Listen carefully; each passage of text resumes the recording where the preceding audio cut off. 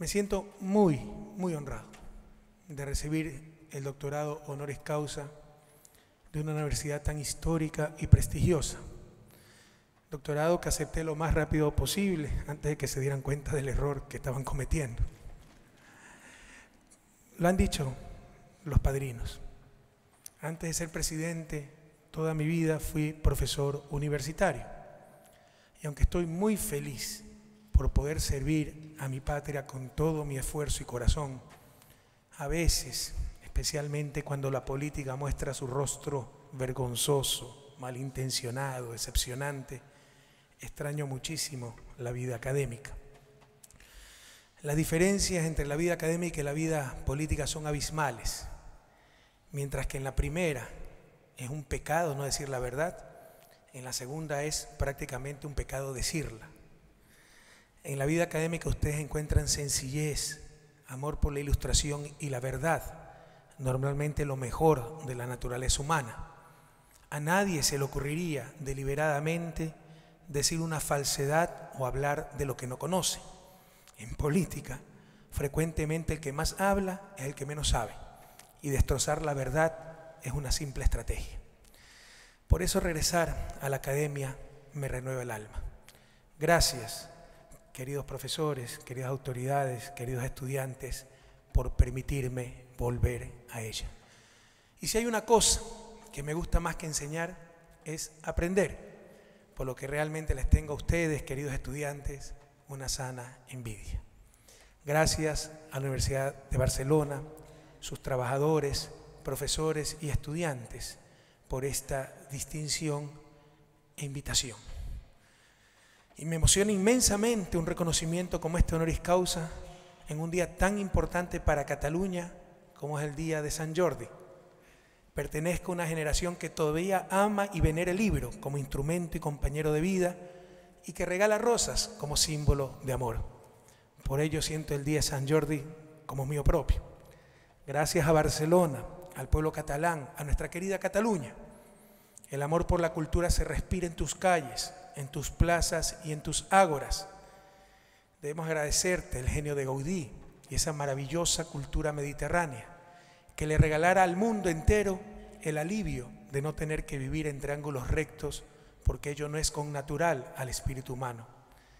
Que le obsequiara a la humanidad portentosos tesoros de armonía perpetua, como la Sagrada Familia o como la Pedrera. Debemos darte gracias, Cataluña, por la voz deliciosa e imposible de Montserrat Caballé, que nos estremece de adentro. Por ese noir del peuple sec, Joan Manuel Serrat, que el Mediterráneo catalán lleva su luz y su olor por donde quiera que vaya. Debemos agradecerte por la música de Pau Casals y su interpretación del cant des ocels, composición tradicional catalana para el mundo.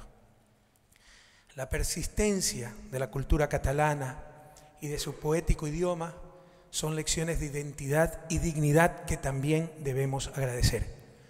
Una prueba de ello fue la resistencia de esta universidad, la Universidad de Barcelona y de todo el pueblo catalán frente a la persecución al pensamiento y a la cultura que sufrieron durante gran parte del siglo XX, hasta demostrar que las ideas superan a las armas y a los dogmas, como bien lo expresó el gran Unamuno con aquella frase lapidaria lanzada a boca de jarro a los criminales falangistas envalentonados hasta el delirio: venceréis, pero no convenceréis. Y permítanme, antes de iniciar la exposición, me han pedido hablar algo sobre educación, sobre economía y sobre el proceso de cambio que vive Ecuador. Permítanme contarles sobre otro país fascinante, el país megadiverso más compacto del mundo. Si consideramos la biodiversidad marina y terrestre, Ecuador, mi país, posee la mayor cantidad de especies del planeta, en un territorio de tan solo 256.000 kilómetros cuadrados, cerca de la mitad del tamaño de la España peninsular. Territorio donde podemos encontrar todos los climas y microclimas imaginables. En Ecuador tenemos 4 mundos. En un mismo día, el turista que nos visita podrá desayunar en la playa con frutos del mar recién pescados, en las costas del Pacífico. Luego almorzar en las faldas del Cayambe, un soberbio glaciar en la línea equinoccial. Y más tarde, cenar en plena selva amazónica. Al día siguiente, a 1 hora de vuelo, nuestro asombrado turista estará ya en las Islas Galápagos, una de las 7 maravillas naturales del planeta. Y hoy aprendimos también, durante nuestra visita al Instituto de Ciencias del Mar de Barcelona, que Ecuador es el país con la mayor geodiversidad, un nuevo concepto. De acuerdo a este prestigioso centro, ningún país en el mundo tiene tanta variedad de procesos para comprender la evolución de la Tierra, tales como los ciclos geológicos, los riesgos naturales de origen geológico o la generación de recursos minerales en un área tan reducida como la tiene Ecuador. Y Ecuador ama la vida, queridas amigas y amigos. Nuestra nueva Constitución es la primera del mundo en otorgar derechos a la naturaleza. Más del 20% de nuestro territorio está protegido en 49 reservas y parques nacionales, entre ellos el Parque Yasuní, un tesoro de la Amazonía y reserva de la biosfera, donde en menos de 1 kilómetro cuadrado ustedes pueden encontrar una mayor variedad de árboles que en toda Norteamérica. También la diversidad de nuestras culturas es impresionante.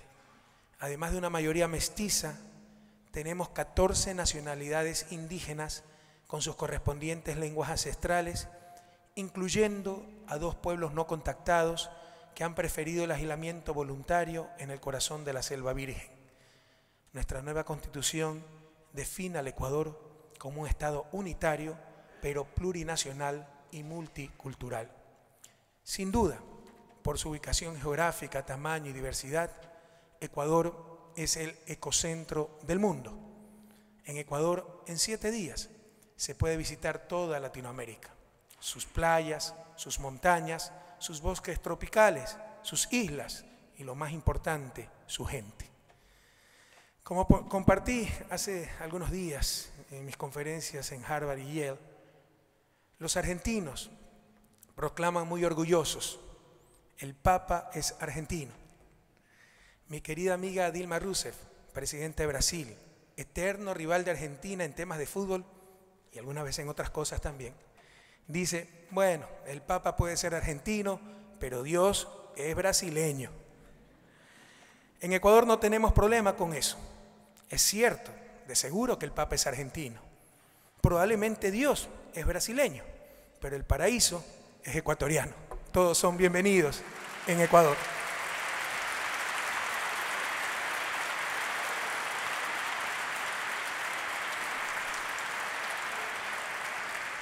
Y permítanme, queridas amigas y amigos, dedicar este doctorado honoris causa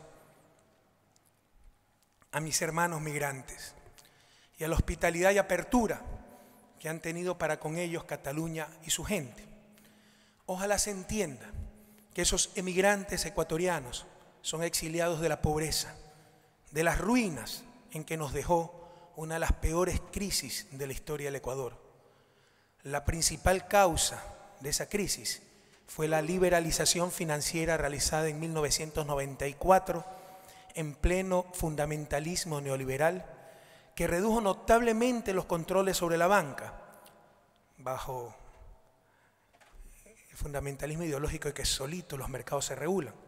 Y esto generó una pésima cartera bancaria, créditos vinculados y carencia de reservas, lo cual desencadenó en 1999 en la quiebra generalizada de la banca, un decrecimiento económico del 7.6%, desempleo de casi el 15%, la adopción del dólar como moneda de curso legal y la emigración de millones de ecuatorianos, emigración que destrozó familias y sociedad.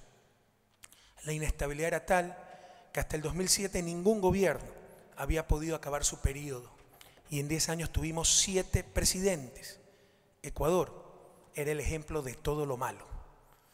De un análisis algo inteligente y profundo, como con el que nos deleitó el profesor Tugores, un análisis inteligente y profundo de la crisis ecuatoriana de 1999, y más allá de ingenuas interpretaciones tecnocráticas, se concluye que fue el poder político de los banqueros, en contubernio con la burocracia nacional e internacional vinculada al sector financiero, el que destruyó la moneda nacional y pasó el peso de la crisis al Estado y a toda la sociedad.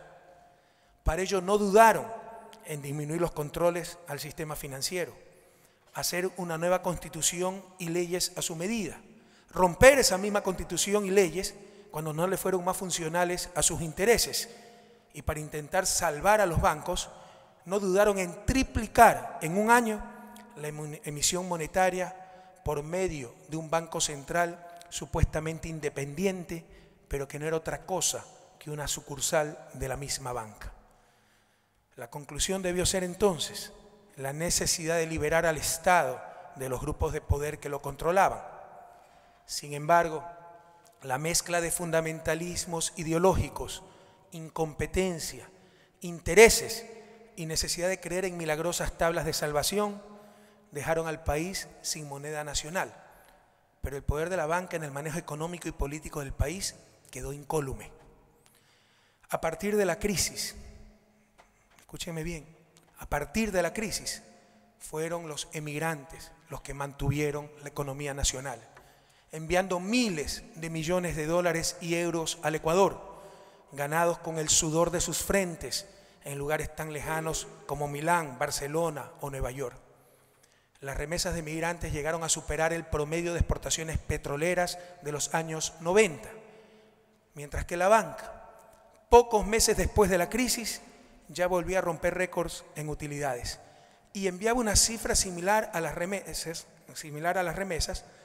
pero al extranjero, en nombre, como tiene que ser, de supuestas prudencias, eufemismo que disfrazaba su falta de confianza y compromiso con el país.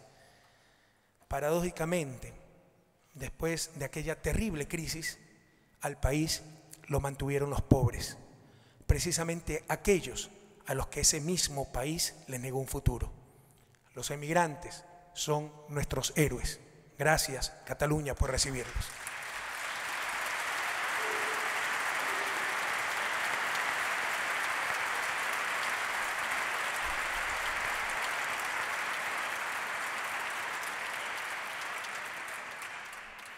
Como verán, los ecuatorianos somos expertos en crisis, porque las hemos sufrido todas. Mucho de lo que acabo de decir sonará también familiar ahora en Europa. Y con preocupación y pena vemos que aquí se están cometiendo los mismos errores que nosotros cometimos, creyendo que el problema es puramente técnico. Queridos estudiantes, la solución de las crisis y el desarrollo en general son básicamente problemas políticos sobre quién manda en una sociedad, las élites o las grandes mayorías, el capital o los seres humanos, el mercado o la sociedad. Las instituciones, políticas y programas de un país dependen de quién maneja el poder. El mayor daño, ya lo mencionó el profesor Tugores, el mayor daño que se ha hecho a la economía es haberla desvinculado de su naturaleza original de economía política. Nos han hecho creer que todo es un tema técnico y sin considerar las relaciones de poder dentro de las sociedades, nos han convertido en funcionales a los poderes dominantes. Parafraseando al gran economista John Kenneth Galbraith, aquel economista que no analiza cuestiones de poder es un completo inútil. América Latina ha estado históricamente dominada por élites que excluyeron de los beneficios del progreso a las grandes mayorías e incluso con sus actitudes rentistas impidieron un mayor progreso para ellas mismas. Hoy, a nivel mundial, estamos dominados por los intereses del gran capital, lo que yo llamo el imperio del capital, especialmente el financiero. La falta de regulación, supervisión y capacidad de intervención sobre el sistema financiero internacional, principalmente en Estados Unidos, resultó de una de las mayores crisis económicas y políticas de las últimas décadas. A los bancos inversionistas se les permitió crecer sin control en una economía de casino y llegaron a ser too big to fail. Y allí se acabó el discurso de la no intervención estatal. La crisis significó la reducción del valor de los activos de la clase media, principalmente sus viviendas, pero paradójicamente, luego de la crisis, las fortunas de los más ricos y la ganancia financiera de los bancos se encuentran en un nivel récord, mientras los ingresos de las familias apenas han recuperado su valor previo a la crisis. Eso es lo que está también en la raíz de la crisis europea. Todo está en función del capital financiero. Con la complicidad de la supuesta ciencia económica y de las burocracias financieras internacionales, nos disfrazan ideología como ciencia. Ya no es solamente el dogmatismo de la economía neoclásica, sino que tenemos prácticamente una economía teoclásica. Se repiten las mismas recetas caducas de austeridad en contra del ser humano y a favor del capital. Estas políticas se llaman hooverianas, en referencia al presidente norteamericano Herbert Hoover, quien en los inicios de la Gran Depresión norteamericana de la década de los 30 profundizó la crisis con esta clase de medidas. Y sinceramente, cuesta creer cómo se legitiman los abusos del capital. Aquí, en nuestra querida España, cuando existía exceso de liquidez, el mismo banco buscaba a sus clientes, valoraba la casa y prestaba incluso para los muebles y el coche. Cuando revienta la crisis, la gente pierde su trabajo, se desploman los precios de las casas, los bancos las reciben, pero a su actual valor, no al que ellos mismos determinaron. Y como la garantía no extingue la deuda, las familias quedan sin casa y con deuda probablemente para toda la vida. Eso no tiene ningún sentido, no responde a ninguna lógica económica, a ningún principio técnico, a ninguna ley natural. Solamente refleja la supremacía absoluta del capital sobre los seres humanos. Por el contrario, todo esto rompe principios técnicos y hasta éticos. Un ejemplo lo constituyen las cláusulas verdaderamente abusivas en los contratos hipotecarios que hacían firmar los banqueros a los ciudadanos. Eran contratos de adhesión, uno solo tenía que adherirse, no podía negociar nada. Toda la teoría de mercado, que la negociación, etcétera, no, era de adhesión el contrato. En estos contratos se establece que la tasa de interés del préstamo es flexible. Esto significa que si la Euribor, tasa LIBOR de Europa, sube, el prestatario pagará más, y si baja, entonces pagará menos. Pero aquí el respeto a los dictados del mercado solo sirve a una de las partes del contrato, la doble moral de siempre.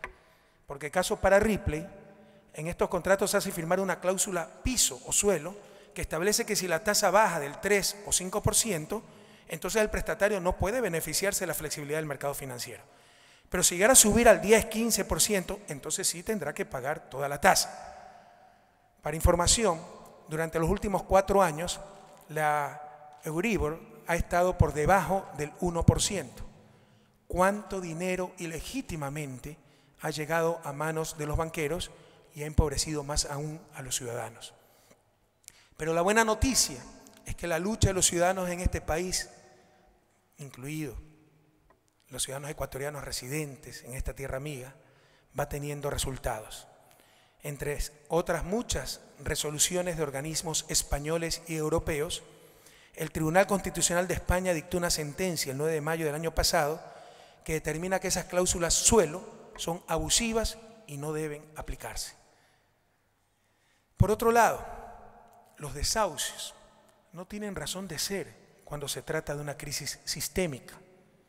Además que, como ocurre en el derecho anglosajón, la garantía debería extinguir la deuda, es decir, debería constituir dación de pago.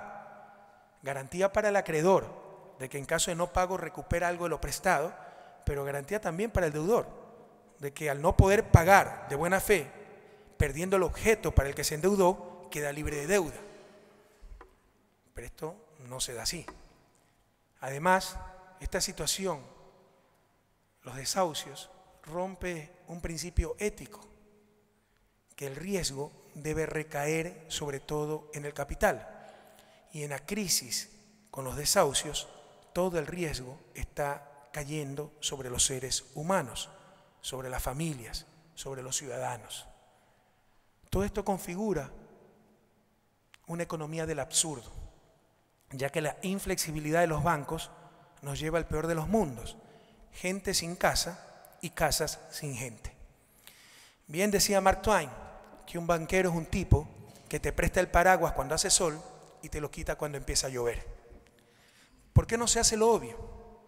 ¿Por qué se repite lo mismo de lo peor? Porque el problema no es técnico, sino político. El problema es la relación de poder. La solución de la crisis pasa por recuperar el control de los ciudadanos sobre el capital y de la sociedad sobre los mercados. Aunque en forma tardía, insuficiente y con claro sesgo ideológico, un interesante análisis del efecto del dominio de las élites y las instituciones que crean en función de su propio beneficio lo realizan Acemoglu, profesor del MIT, y Robinson, este último profesor de Harvard, en su libro ¿Por qué fracasan los países?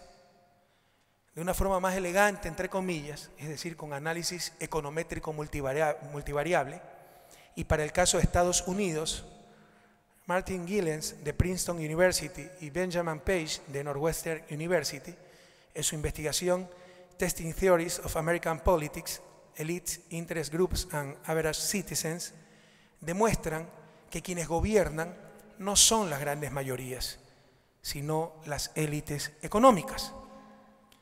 Tal vez a estos ilustres investigadores les hubiera bastado leer al protoeconomista francés liberal, para más señas, Frédéric Bastiat, que hace casi 2 siglos ya aseveraba, cito: cuando el saqueo se convierte en un modo de vida para un grupo de hombres viviendo juntos en sociedad, estos crean para sí mismos un sistema legal que lo autoriza y un código moral que lo glorifica. Cierro cita.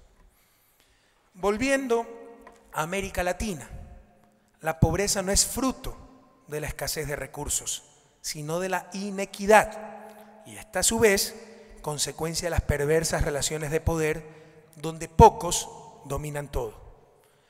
Cambiando esas relaciones de poder al servicio de las grandes mayorías y a través de procesos profundamente democráticos, hemos logrado durante nuestros 7 años de gobierno convertirnos en el líder de Latinoamérica en la reducción de la desigualdad, habiendo disminuido en 8 puntos la concentración del ingreso medido por el coeficiente de Gini. Los estudiantes de economía pues están familiarizados con el coeficiente de Gini, principal medida de desigualdad. Esta reducción es 4 veces superior al promedio de América Latina, una de las pocas regiones en el mundo que está disminuyendo desigualdad. También somos de los 3 países latinoamericanos que más reducen pobreza. En el periodo 2006-2013, la pobreza ha caído de 37.6% a 25.6%.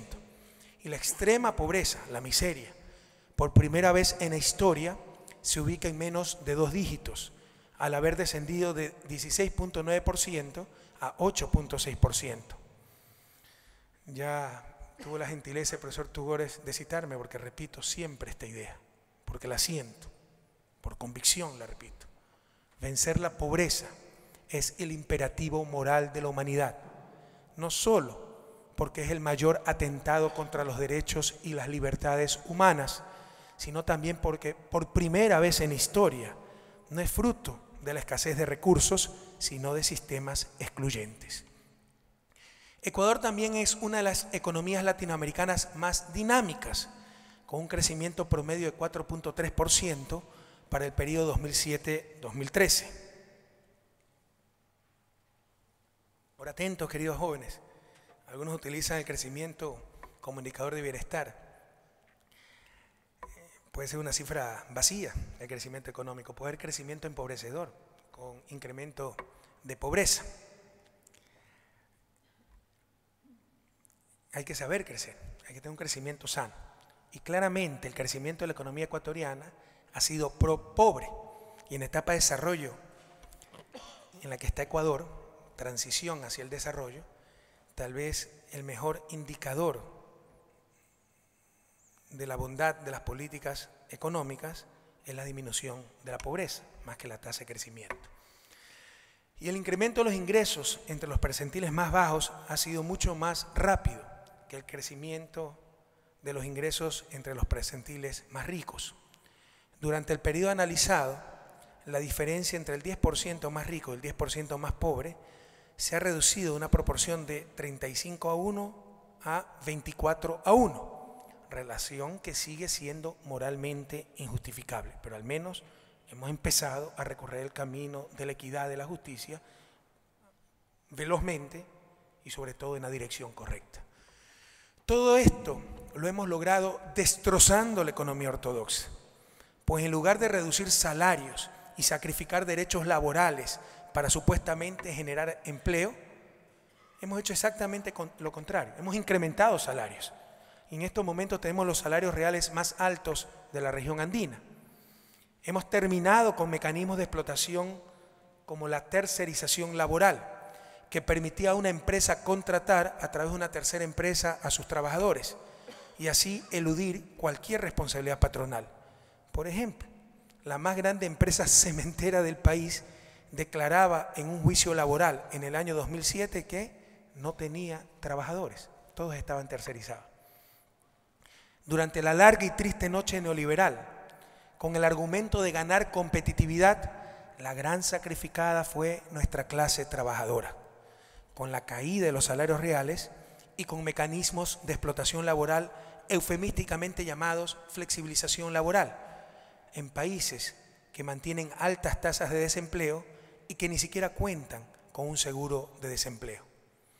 Esto profundizó la terrible distribución primaria del ingreso entre trabajo y capital, una de las principales fuentes de desigualdad en nuestra América, que ha sido siempre difícil de cambiar, esta fuente de desigualdad, por el dilema de mal con ellos por la explotación laboral, pero peor sin ellos por el desempleo. En Ecuador resolvimos este dilema con medidas creativas e inéditas. En nuestra legislación siempre ha existido el salario mínimo, pero nosotros introdujimos una nueva categoría, el salario digno, definido como aquel que permite a una familia salir de la pobreza con su ingreso familiar.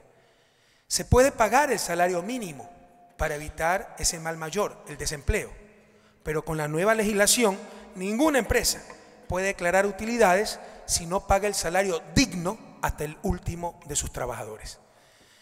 Pese a que algunos pronosticaron el fin de nuestro sector productivo con esta nueva legislación, los efectos han sido asombrosos y han superado nuestras expectativas. Desde su implementación en el año 2011, empezaron a subir los salarios promedios y ya este año, sin trauma alguno, el salario mínimo igualó al salario digno. Para nosotros, queridos jóvenes, queridos profesores, querida Europa, para nosotros, y esta es una característica del socialismo del siglo XXI, el trabajo humano tiene supremacía sobre el capital. Pero a diferencia del socialismo tradicional, que proponía abolir la propiedad privada para evitar esa explotación del capital al trabajo, utilizamos instrumentos modernos y algunos inéditos para mitigar las tensiones entre capital y trabajo. Por otro lado, una muy exitosa recompra de deuda externa, la fuerte, muy fuerte, negociación de nuevos y mejores contratos petroleros. 3 compañías petroleras abandonaron el país porque no aceptaron firmar los nuevos contratos, la mayoría se quedó. La renegociación muy exitosa de la deuda externa, la muy fuerte negociación de nuevos y mejores contratos petroleros y la triplicación de los ingresos tributarios, fruto de eficiencia recaudatoria y lucha contra la evasión, porque incluso hemos eliminado o disminuido impuestos, nos ha permitido tener el mayor nivel de inversión pública de América Latina, un 15% del Producto Interno Bruto para el año 2013. Si ustedes escuchan esta cifra dicen, se disparó el déficit fiscal y con ello la deuda. El saldo de la deuda pública frente al PIB es de apenas el 24%, una proporción muy inferior al de las economías desarrolladas. Y no quiero mencionar el caso particular de España. La inversión pública ha generado grandes transformaciones inmensas, históricas transformaciones en salud, educación, infraestructura, generación eléctrica, sistema de justicia, seguridad ciudadana, con sus consecuencias positivas en competitividad sistémica y desarrollo social. Entonces no significa que excluimos la inversión privada, bienvenida, pero no nos vamos a quedar cruzados de brazos esperando que venga esa inversión para construir las hidroeléctricas que tanto necesitamos, los nuevos carreteros, puertos, aeropuertos, y obviamente esa inversión no va a ir a sectores no rentables como educación y en gran parte del sistema de salud. En sus libros de texto de economía ortodoxa, los estudiantes de economía encontrarán el efecto crowding out. Si uno invierte del sector público, desplaza inversión privada. Eso es más cercano a la fe que a la ciencia, ¿verdad? Eso asume, y no tiene nada pues de ciencia, eso asume cortísimo plazo, total empleo de los recursos, por supuesto, al cortísimo plazo, y si todos los recursos se están utilizando, si alguien come más pedazos de la torta, pues alguien come menos pedazos de la torta. Pero otra cosa es si hay subempleo y estamos pensando en mediano y largo plazo.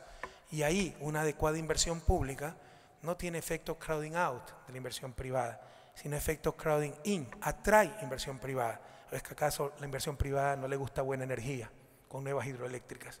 ¿O es que acaso no les gusta buenos carreteros?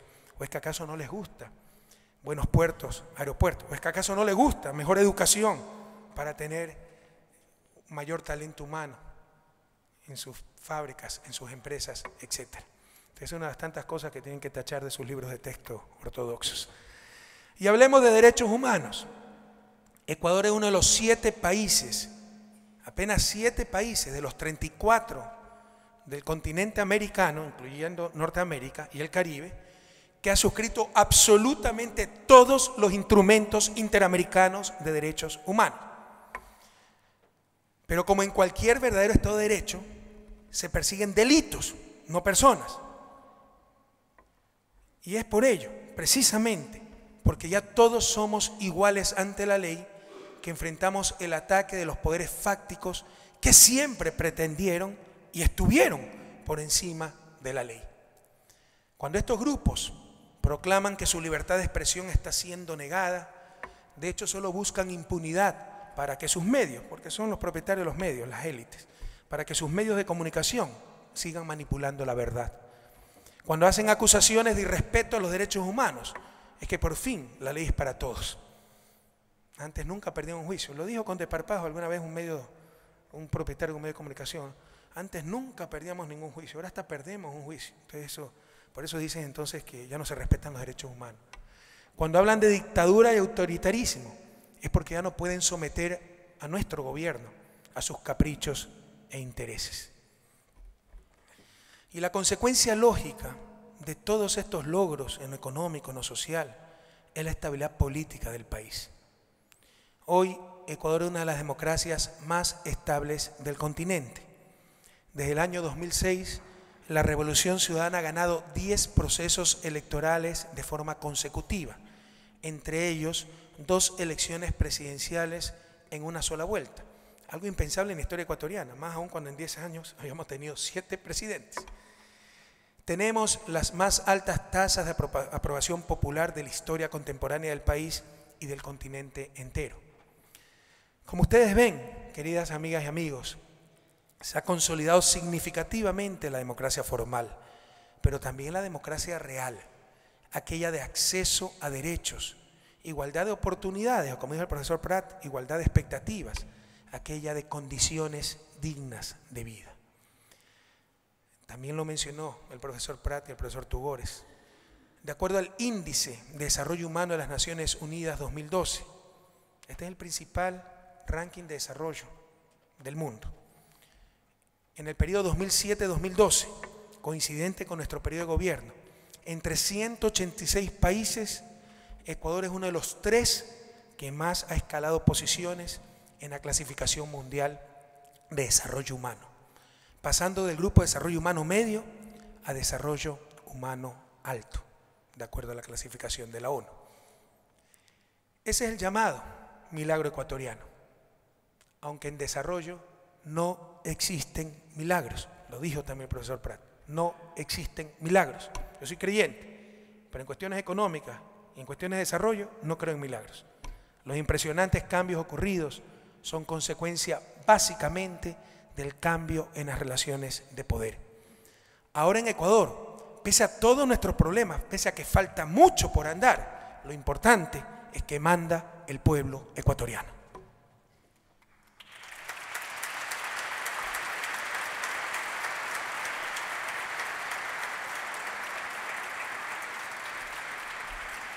Pero el desarrollo exige muchas condiciones necesarias, cambio en la relación de poderes, pero ninguna es suficiente. Puede ser que el poder esté en las manos de las grandes mayorías, que se logre obtener una distribución más equitativa de los recursos sociales, pero que solo haya miseria para distribuir.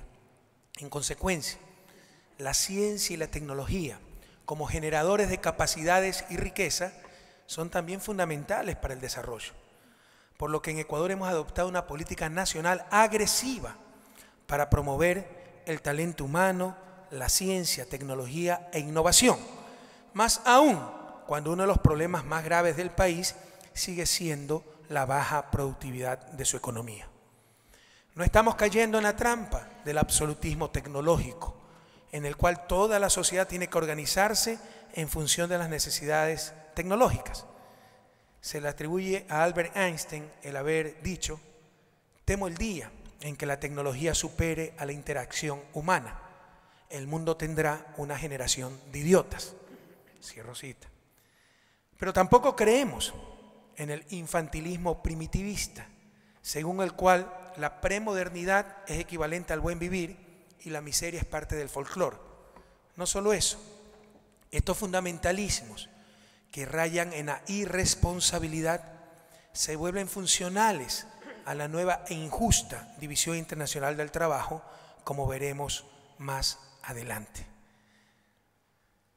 Tenemos que superar el estado de pobreza, el subdesarrollo que vive nuestro país, pero algunos nos quieren mantener en ese retraso y a eso le llaman buen vivir, a la premodernidad.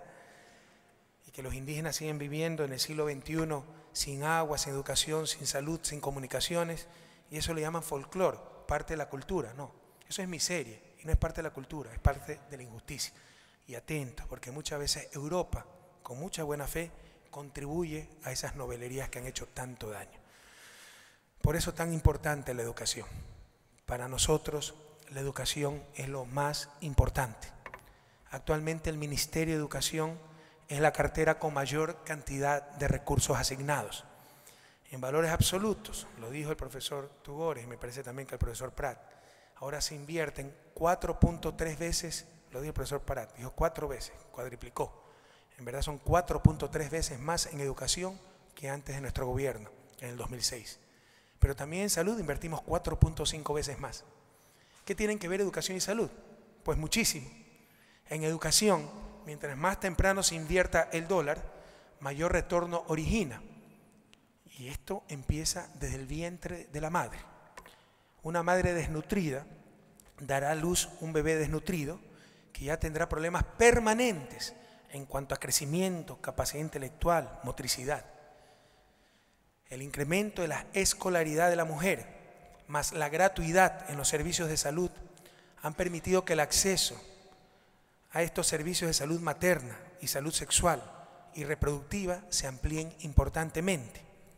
Los resultados de la última encuesta de salud demuestran que 8 de cada 10 madres tuvo 5 o más controles prenatales, algo sin precedentes en la historia del país, y con particular mejoría en el acceso al control prenatal de las mujeres más pobres.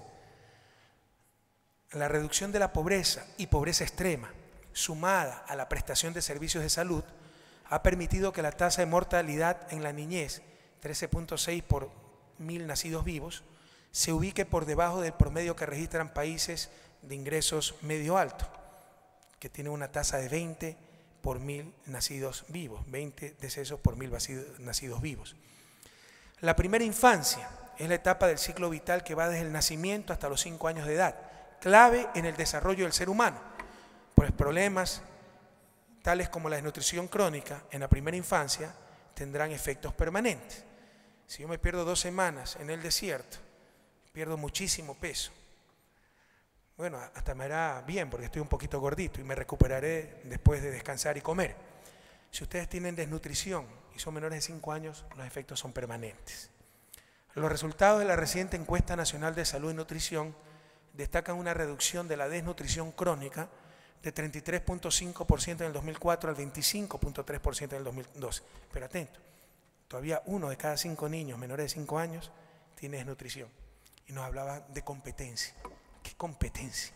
Si algunos ya eran perdedores antes de empezar a competir. Para la primera infancia se ha organizado el desarrollo infantil de 0 a 3 años a cargo del Ministerio de Inclusión Económica y Social, el MIES, y la educación inicial de 3 a 5 años a cargo del Ministerio de Educación.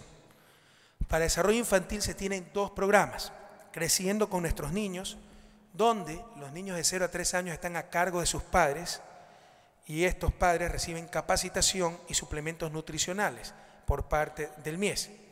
Y el segundo programa son los Centros Infantiles del Buen Vivir, los CIBB, donde se puede enviar a los niños para que estén jornadas de 6, 8 horas a cargo de profesionales.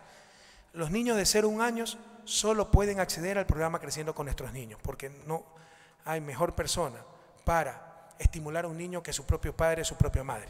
Y de 1 a 3 años se puede optar por cualquiera de los 2 programas mencionados. Y en educación inicial prácticamente no había oferta pública, todo estaba a nivel privado y una mínima porción de nuestros niños iban a educación inicial. Hoy estamos construyendo en todos los nuevos colegios centros de educación inicial y regulando mucho más estrictamente los centros privados.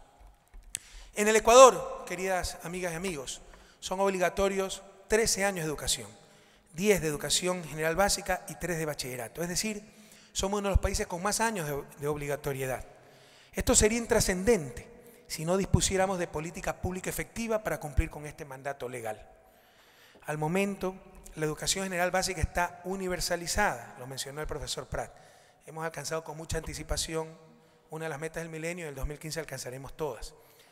Y caminamos en esa misma dirección, en universalización, con el bachillerato. En el bachillerato nuestra tasa bruta de matrícula es de 92%, pero la tasa neta, es decir, de los chicos que corresponden a la edad de bachillerato, es apenas el 66%. Nuestra meta al 2017 es llegar al 80%.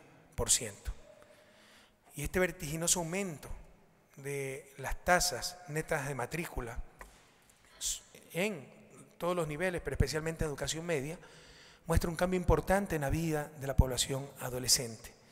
El trabajo adolescente se ha reducido del 34% en el 2006 al 13.6% en el 2013. Y esto es producto, como ya lo mencionaba el profesor Prat, no de la suerte, no de la buena fortuna, sino de adecuadas decisiones gubernamentales. Les insisto, en estas cosas no hay milagros. Hay consistentes decisiones tomadas en forma correcta, ¿no? Consistentemente tomadas en forma correcta.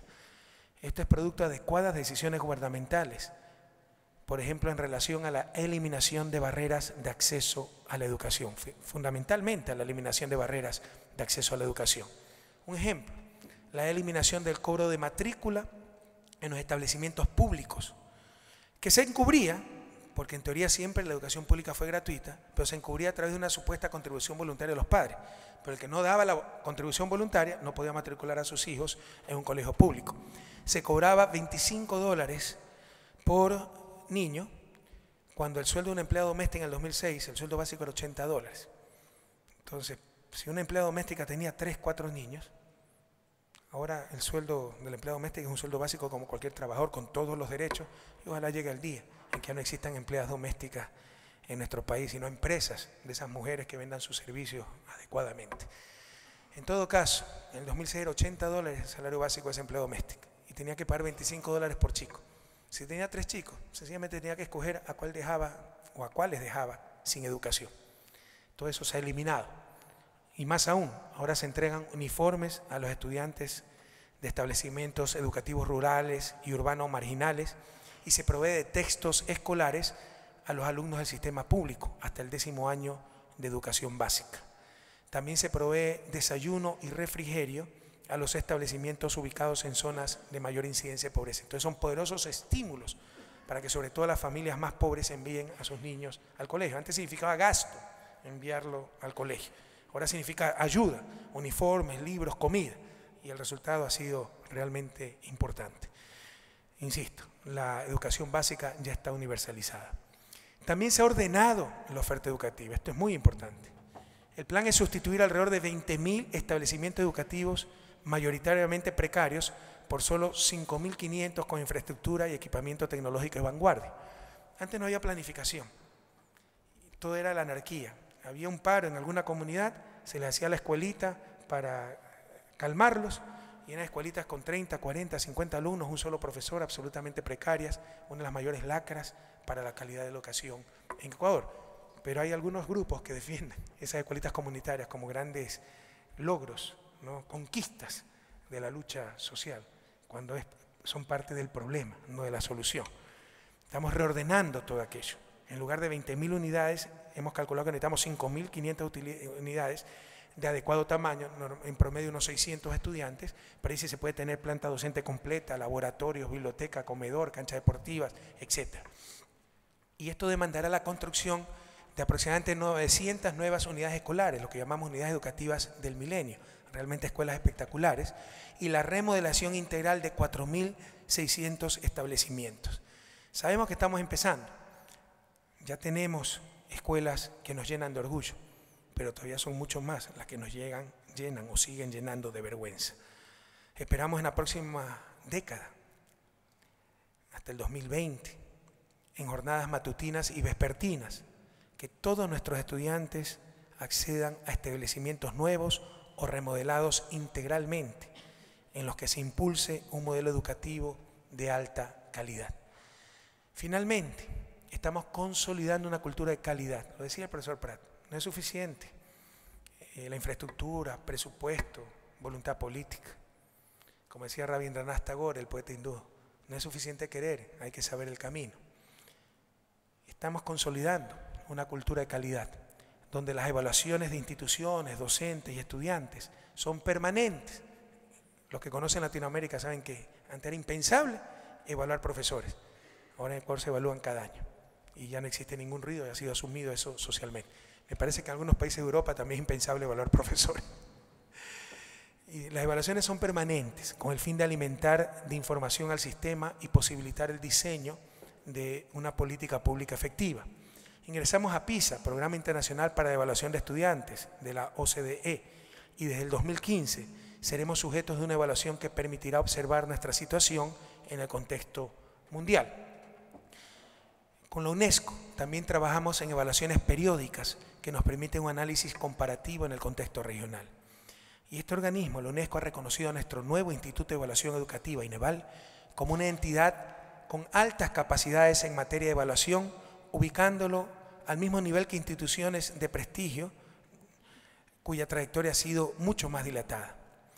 Adicionalmente, a partir de este año, dispondremos anualmente de una evaluación integral y universal de los estudiantes de tercero de bachillerato. Y tenemos un convenio único en el mundo con la Fundación Suiza Bachillerato Internacional, conocido como Bachillerato Internacional simplemente, para que hasta el 2017 500 instituciones educativas públicas sean certificadas y puedan otorgar títulos internacionales de bachillerato. El límite lo puso la Fundación, ya no tenía capacidades para más, no lo puso el gobierno. Si ellos tuvieran capacidad de certificar 2.000, 4.000, 5.000, 6.000 escuelas, estaríamos listos a responder, pero pueden máximo 500 hasta el 2017. Pero eso es algo sin precedentes, ¿no? En toda la historia del país había 17 escuelas públicas con bachillerato internacional. Hasta el 2017 vamos a tener 500, ya se están calificando cerca de 220, ya tenemos casi más de 30 calificadas. Por otro lado, con la European Foundation of Quality Management estamos iniciando un proceso de largo plazo para calificar la calidad de todos nuestros establecimientos educativos. No le tenemos miedo a la evaluación, es más, buscamos la evaluación, y si es evaluación externa, tanto mejor. Aquí sí creemos en la globalización y en estándares internacionales. Y qué mejor que una evaluación externa para evitar conflictos de intereses, influencias, etc.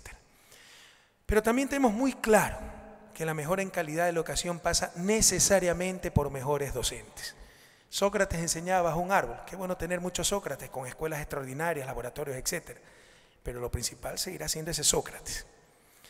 Hemos puesto como requisito para entrar y permanecer en el magisterio los concursos de mérito y oposición y las evaluaciones a los docentes. Por falta de adecuados incentivos, los docentes no se acogían a la jubilación. Normalmente, antes de nuestro gobierno, si ganaban, por decirle algo, $800, aportaban a la seguridad social con $200. Es decir, se acogían a la jubilación y iban a recibir $160 de jubilación, mucho menos que su sueldo, y nadie se nos retiraba. Teníamos profesores de 80, 85 años. Salían sin ninguna compensación, pese a haber trabajado 30, 40 años en el magisterio. Con mejoras sustanciales en pensiones jubilares. También tenemos las pensiones jubilares promedio más altas de la región andina. Con mejoras sustanciales de las pensiones jubilares y una adecuada compensación por fin de carrera. Ahora se da 5 salarios mínimos por cada año de trabajo. Entre el año 2013 y 2014 se jubilará el 20% de la planta docente y en 2017 aproximadamente el 35% de los maestros serán nuevos maestros. Esto es justo para los maestros, que ya van a su merecido retiro, pero también es conveniente para el país, porque significa un importante ahorro, ya que el sueldo de los profesores se incrementa con los años. Y un nuevo maestro, que incluso puede venir con nueva visión, mejor preparado, etcétera, cuesta mucho menos que un maestro que tenía 30, 40 años y ya tenía que jubilarse. Finalmente, como también lo ha mencionado, se ha mencionado aquí por parte de los padrinos, se creó la Universidad Nacional de Educación, la UNAE, con el objetivo principal de actualizar los conocimientos y prácticas pedagógicas de los maestros ecuatorianos a través de programas de posgrados semipresenciales y también la carrera docente. Destinaremos $400 millones durante los próximos 4 años para estos programas de maestría y capacitación docente. Precisamente en este viaje, justo antes de esta ceremonia, hemos firmado convenios entre la UNAE y la Universidad de Barcelona, la Universidad Autónoma de Madrid, Complutense de Madrid y Universidad a Distancia de España para programas conjuntos de maestrías semipresenciales para nuestros docentes. Muchas gracias, señores rectores, por ese importante apoyo.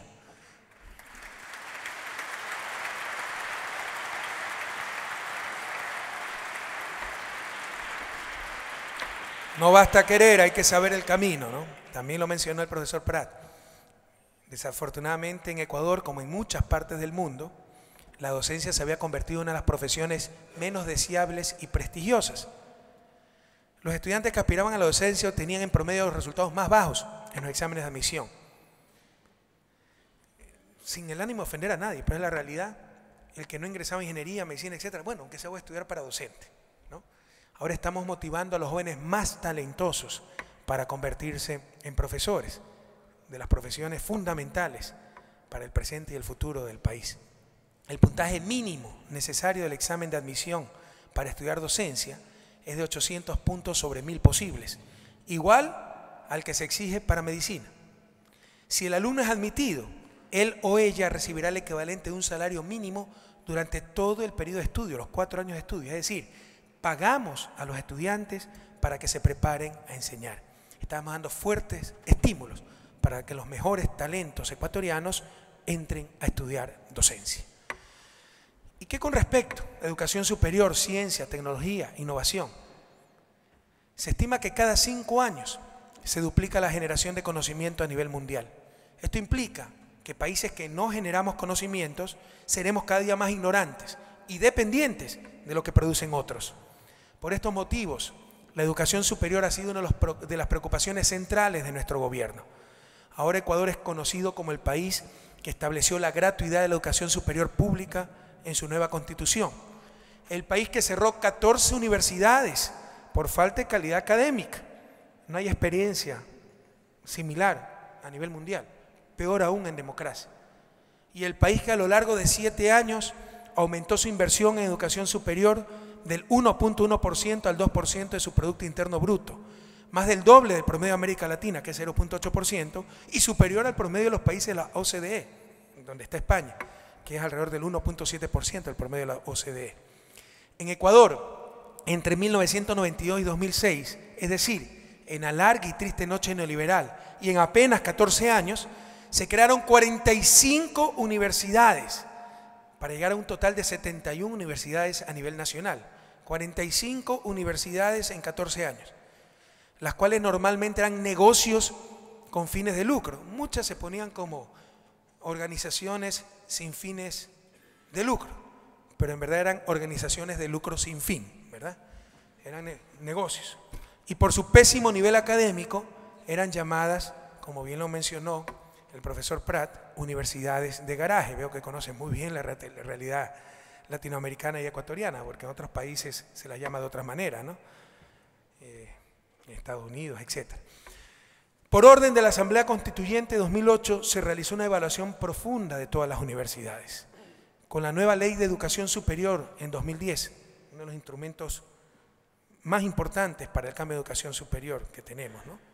La nueva Ley de Educación Superior aprobada en el 2010, se dio 18 meses de plazo para mejorar la calidad de las universidades peor evaluadas.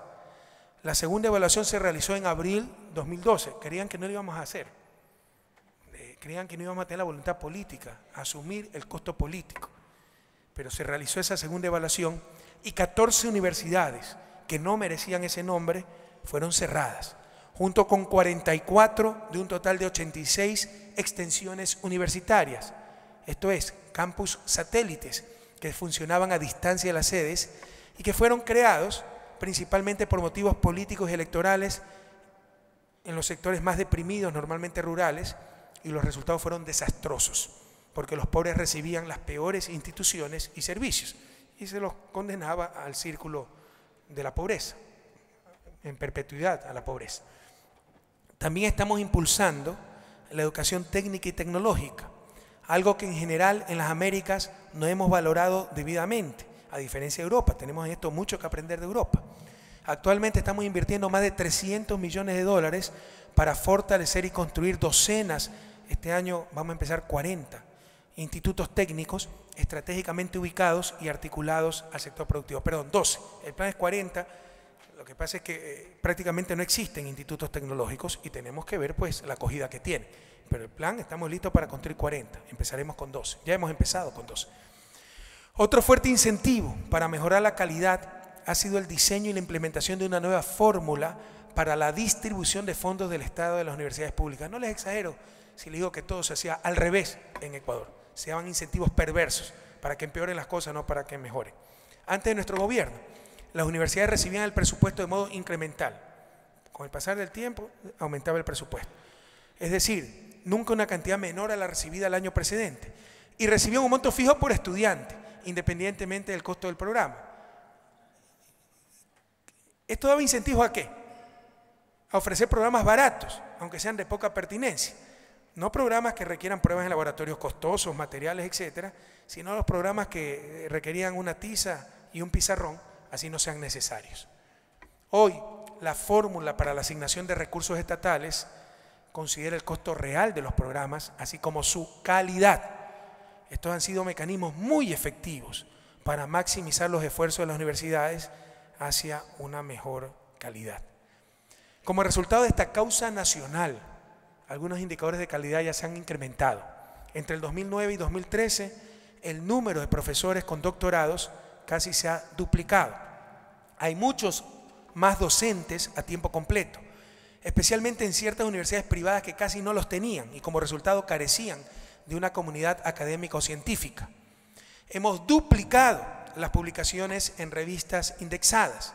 Ecuador tiene también la más alta tasa de crecimiento del índice de innovación en la región para el 2013, de acuerdo al Foro Económico Mundial. También ha habido mejoras significativas en infraestructura, con bibliotecas y laboratorios mejor equipados, entre otros muchos aspectos. Y se habló de los profesores, la paga de los profesores. También ha habido sustanciales incrementos a la paga de los profesores en educación básica y bachillerato. Y a nivel universitario, ahora los profesores reciben un pago decente en las universidades públicas. Tienen los salarios más competitivos de la región andina y probablemente de Sudamérica.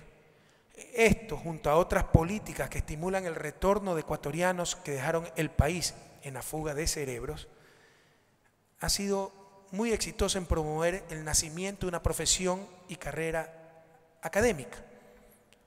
En Ecuador, nadie y a la vez todos eran profesores universitarios. Todos dictaban clases a la par de sus otras actividades profesionales, pero muy pocos eran realmente académicos a tiempo completo. Yo estoy convencido que no puede haber academia sin profesores y estudiantes a tiempo completo. No es solo el proceso de enseñanza en las aulas, es la interacción en la comunidad, el contacto cotidiano, etcétera, muchas cosas más. Además, el proyecto Prometeo, un sistema de becas estatales que permite el reclutamiento y la contratación de académicos internacionales pagados totalmente por el gobierno ecuatoriano, no por las universidades, ha ayudado a apuntalar esta mejora. Se contratan estos profesores de alto nivel pagados por el gobierno y van a enseñar a investigar a las diferentes universidades. Hemos también fomentado y fomentamos además una nueva generación de profesores dedicados completamente a la academia. Esta es una de las razones por las cuales Ecuador actualmente tiene casi 8.000 becarios alrededor del mundo. La mayoría de ellos matriculados en programas de maestría y doctorado en las mejores universidades del planeta. Aquí en España tenemos 610 becarios y en esta universidad tan prestigiosa 69. Muchas gracias a la Universidad de Barcelona por aceptar a nuestros becarios. Ojalá pronto sean muchos más.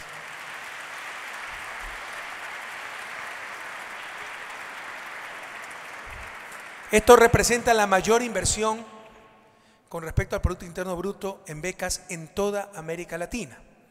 Y como ya lo mencionó el profesor Prat, en los últimos 7 años hemos otorgado más becas que las entregadas en toda la historia del Ecuador antes de nuestro gobierno. Pero pese a las mejoras en calidad, uno puede pensar que los pobres ya no pueden acceder a la universidad. Ecuador ha duplicado la matrícula de los sectores más pobres de la sociedad y de las poblaciones históricamente excluidas, particularmente indígenas y afroecuatorianos.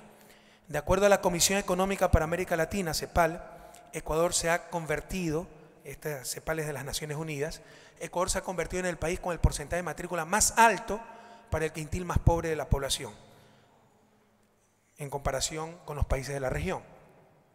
Así se ha destrozado la clásica disyuntiva o trade-off entre equidad y calidad. Disyuntiva que nos decía, o se elige democratizar el sistema, optando por el principio de equidad y que entre todo el mundo, o se busca el mérito y la excelencia académica, optando por el principio de la calidad, y los pobres serán los más perjudicados porque tienen una peor preparación a nivel de colegio. Nuestras políticas han demostrado al mundo que ambos principios se pueden conjugar armónicamente y que este juego de suma cero es esencialmente una falacia.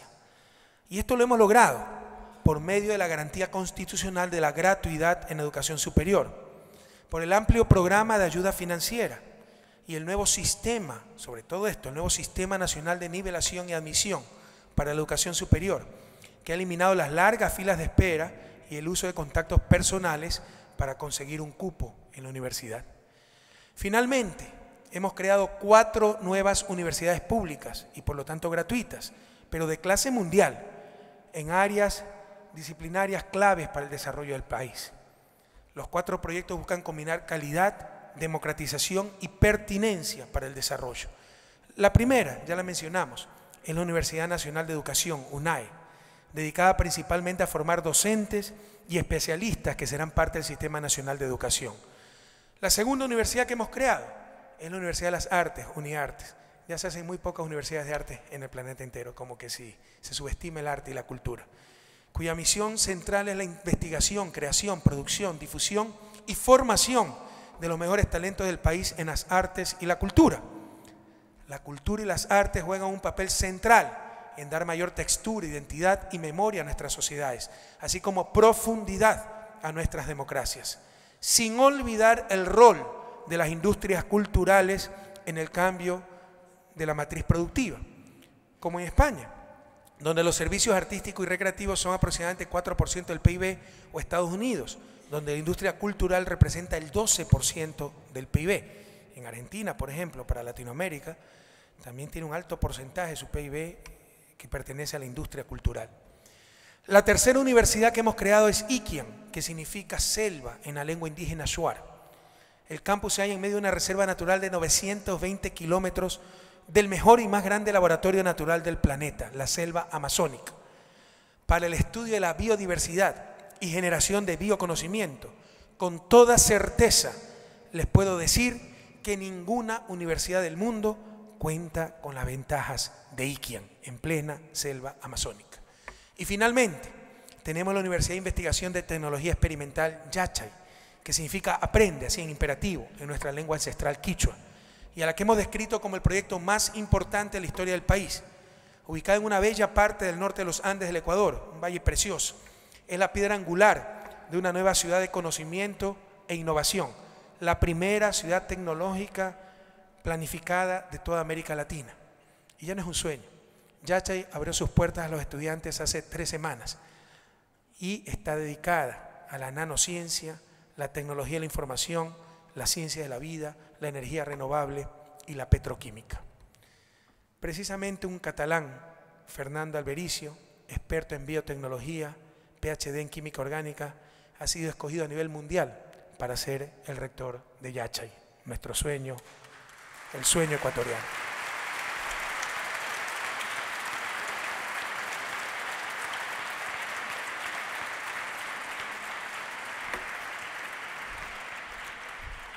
Queridas amigas, amigos, queridos estudiantes, profesores, el gran Simón Bolívar decía: no nos dominarán por la fuerza, sino por la ignorancia.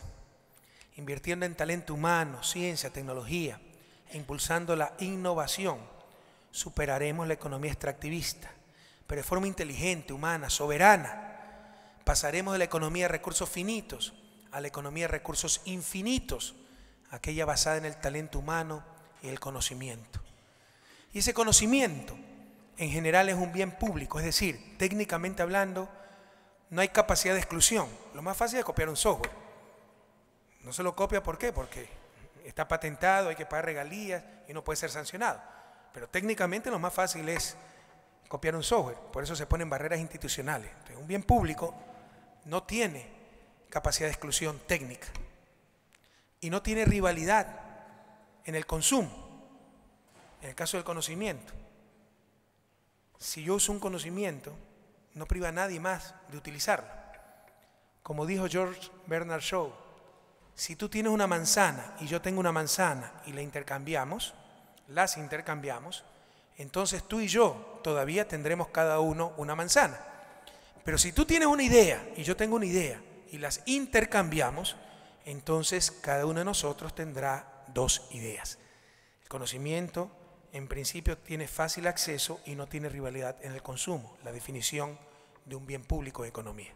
Y tratar de privatizar un bien público, lo saben los profesores de economía, lo saben los estudiantes, al menos de cursos superiores, a través de medidas institucionales como las patentes, es perjudicial para la sociedad como un todo. Porque si no hay rivalidad en el consumo, mientras aumente el número de personas que disfrutan de ese bien ya creado, mayor será el bienestar social. Esta es una de las famosas fallas de mercado, fallas del mercado.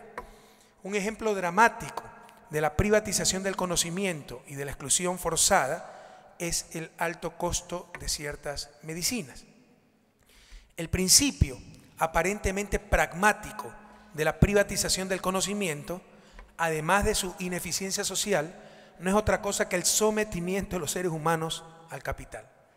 Hay maneras más eficientes de incentivar la producción de conocimiento.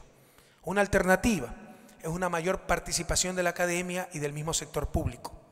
Otra alternativa es que el Estado compense la creación del conocimiento con fines de lucro y de esta manera ponerlo a disposición de toda la humanidad. El gran problema de todas estas alternativas es que tienden a socavar los fundamentalismos ideológicos y el imperio del capital. Pero mientras los países ricos son los que producen ciencia y tecnología, conocimiento, bien público, países como Ecuador también producen bienes públicos, pero en este caso bienes públicos ambientales. La selva amazónica, el oxígeno, libre acceso, no hay rivalidad en el consumo. Pero en este caso, por todo el aire puro que genera la selva amazónica, pulmón del planeta, sin el cual la vida humana sufrirá un grave deterioro, los países de la cuenca amazónica no recibimos ninguna compensación, mientras que a su vez los mayores contaminadores globales no pagan absolutamente nada por consumir nuestros bienes ambientales. No solo aquello.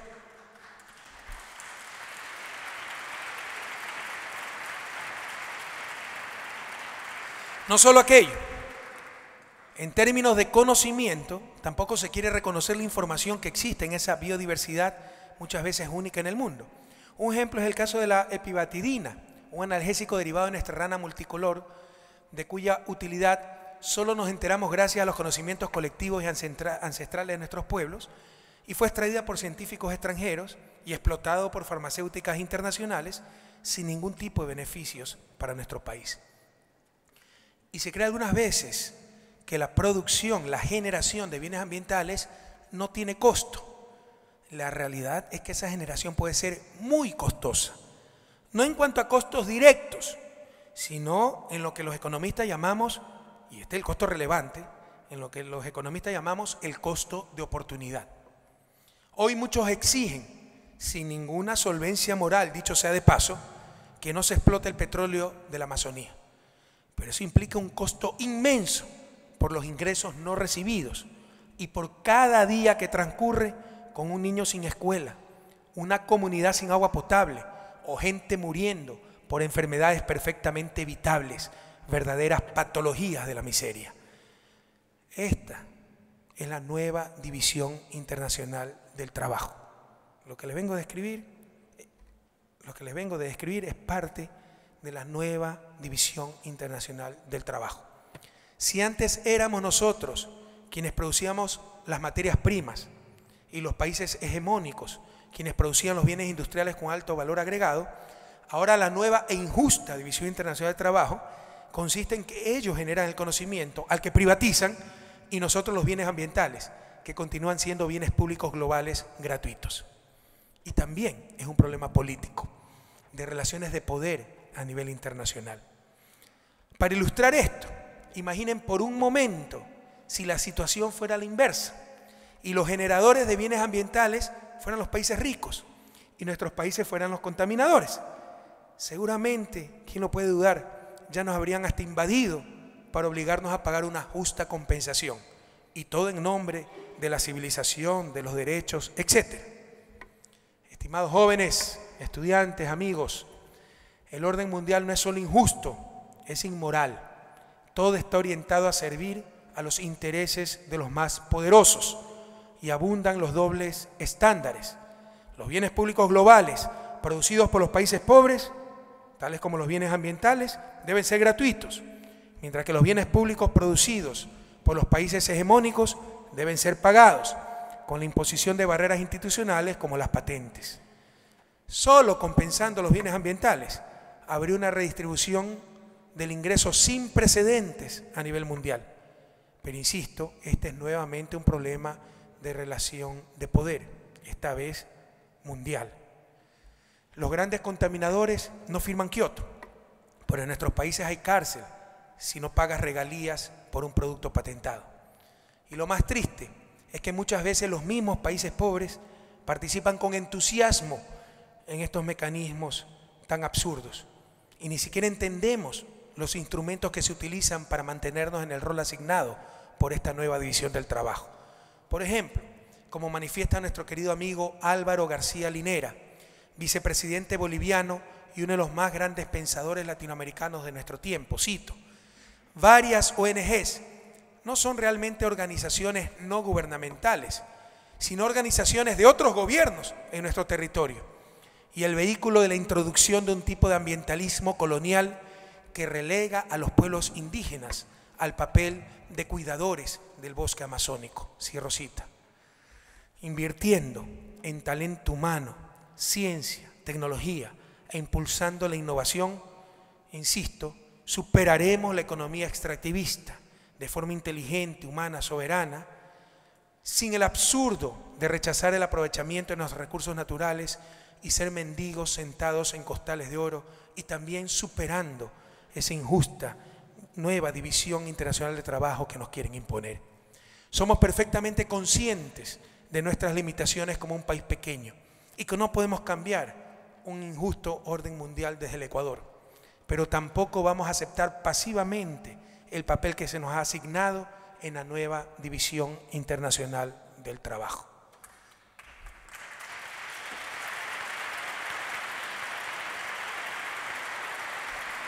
Queridos estudiantes, queridos profesores, queridos directivos, queridos amigos, creo firmemente en el poder transformador de la ciencia y la tecnología.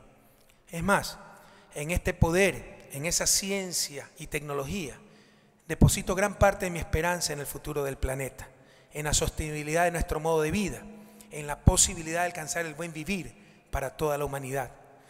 Desde hace mucho tiempo considero que cualquier intento de sintetizar en principios y leyes simplistas, llámense estas el materialismo dialéctico o el egoísmo racional, procesos tan complejos como el avance de las sociedades humanas, está condenado al fracaso. Y también estoy convencido de que los adelantos científicos y tecnológicos pueden generar mucho más bienestar y ser mayores motores de cambios sociales que cualquier lucha de clases o la búsqueda de lucro individual. El desarrollo de la agricultura convirtió a la humanidad de nómada en sedentaria. La revolución industrial la transformó de rural en mayoritariamente urbana. Y mucho más recientemente, el espectacular avance de las tecnologías de la información transformó a las sociedades industriales en sociedades del conocimiento. Considero que los sistemas políticos, económicos y sociales que prevalecerán en el futuro serán aquellos que permitan el mayor avance científico y tecnológico, pero también, y esto es muy importante, su mejor aplicación para el bien común. Ecuador ha decidido fundamentar su desarrollo en la única fuente inagotable de riqueza, el talento humano y el conocimiento, para alcanzar un desarrollo, insisto, sostenible, pero también soberano. Creo en la libertad individual, pero libertad sin justicia es lo más parecido a la esclavitud. Es más, en Latinoamérica, lo dijo el profesor Tugores, la región más desigual del mundo, solo a través de la justicia se logrará la verdadera libertad. Y esa justicia no se alcanzará con una supuesta mano invisible, que como dice Joseph Stiglitz, premio Nobel y doctor honoris causa de esta universidad, por invisible nadie la ha visto. Por el contrario, la justicia se logrará con manos bastante visibles. La sociedad tomando conscientemente sus decisiones, es decir, por medio de procesos políticos. Creo que uno de los grandes errores de la izquierda tradicional fue negar los mercados. Los mercados son una realidad económica, pero una cosa es tener sociedades con mercado y otra es tener sociedades de mercado, donde vidas, personas y la propia sociedad son una mercancía más. El mercado es un gran siervo, pero es un pésimo amo. Finalmente, creo que el gran desafío de la humanidad en el siglo XXI, la superación de la crisis, el desarrollo para los países pobres, es una lucha política que empieza por liberar a las grandes mayorías del dominio de las élites, lograr la supremacía de los seres humanos sobre el capital y de la sociedad humana sobre el mercado. El problema, queridos jóvenes, no lo olviden, es fundamentalmente político. Muchas gracias, Barcelona. Muchas gracias, Universidad, por este inmenso honor que me han otorgado. Hasta pronto. Los esperamos en Ecuador.